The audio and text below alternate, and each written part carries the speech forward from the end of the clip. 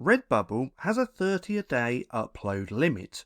Now last year it used to be 60, but they did actually change that, as you can see just here, because it says you may upload up to 30 works per day to your Redbubble account. But what happens if you actually exceed that and upload 31? Well, let me go ahead and show you. So you'll actually get this message and it says, uh-oh, you've exceeded your upload limit. Looks like you have some serious skills in uploading new work and have exceeded your upload limit, you machine. Now consider this a good opportunity to take a rest, get a refreshing beverage, or create some more work. You'll be able to upload again tomorrow. So this is all that happens if you've uploaded 30, then you try and upload 31.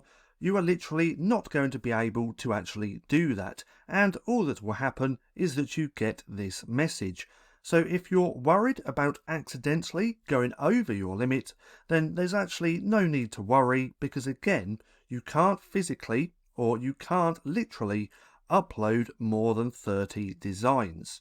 Now, if you found this video helpful at all, then please consider giving me a like, as it really helps out the channel, and if you're not too sure what to watch next, click right here and watch this playlist.